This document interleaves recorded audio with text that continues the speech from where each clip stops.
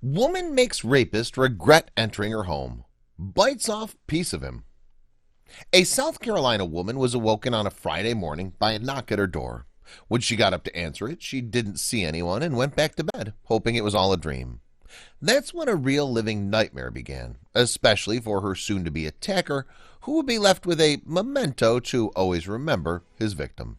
Before we begin, make sure to smash that like button, subscribe to our channel, and click the notification bell for more amazing videos. Paige Duvall, age 33, had recently purchased her home in North Charleston, South Carolina. The Cane Bay High School art teacher was looking forward to making it on her own. It was a blank canvas. It was all hardwood floors and white walls, she said. It was just ready for someone like me to come in and make it their own. One Friday morning, she heard a knock on her door around 6:30 a.m. and looked outside to see who it was. When she didn't see anyone, she went back to bed. Within minutes, another knock was heard at the door, and again she went to check. When this sequence occurred a third time, she opened the door and peered outside. That's when she saw 16-year-old Antoine Miller standing at the side of her house, holding a knife with a white handle. Paige was instantly terrified and tried to shut the door, but Miller forced his way inside her home. He pushed her to the floor, climbed on top of her, and began punching her, all while screaming at her to stop fighting and "I won't hurt you." After asking where the bedroom was located, he picked her up and placed her over his shoulder and took her through the house to the bedroom, but he would soon regret ever touching her. Once in the bedroom, Miller tried to undress Paige, but he picked the wrong victim. She kicked him hard in the groin, which only increased his anger. He shouted, "Now you have to die."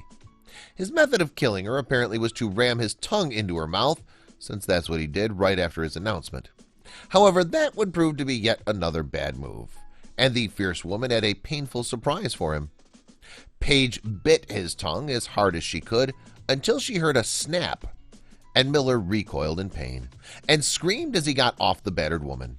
Most of his tongue was severed and still in Paige's mouth as she jumped off the bed and ran. She threw the severed tongue on the kitchen floor, scrambled into her car, and went to a nearby gas station to call for help. Meanwhile, the rapist got away, but not for long. The police later found Miller at a local Waffle House after his mother had called 911 to get help for her son not having a tongue and needing medical assistance. Police found his tongue at the crime scene and put it in a bag of ice. He was later treated at Trident Hospital, but it's not clear if doctors were able to reattach his tongue. Antoine Miller was charged as an adult on individual burglary, weapons possession, kidnapping, assault, and criminal sexual conduct counts. Someone should have taught him not to put his tongue where it doesn't belong. Getting your tongue ripped out of your mouth is one lesson he won't ever forget. Paige Duvall sustained minor physical injuries and received help for emotional trauma. I spoke with a counselor and my mom today, and the counselor asked me, "What would you think objectively looking at your story? What would you think about that person?" Paige recalled, "For the first time, I felt empowered, and I thought to myself, I would put that in my Rolodex of, if that happens to me, that's what I'm going to do." The Cane Bay community has been helping Paige paint her home and maintain her property. In addition, friends are helping her make her home safer. "I thought that it was going to be me by myself, just sort of figuring things out," Paige said. "I was inundated by love and support by my friends and family in the community. People that don't even know me are coming around. I'm so thankful to everyone. I really am. I can't even express how thankful I am." Paige said she's grateful for the support she's been receiving from friends and strangers.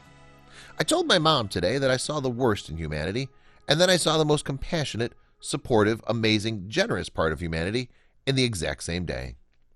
Paige said as she realized that sometimes a bad situation brings out the best in people. Out of darkness comes light.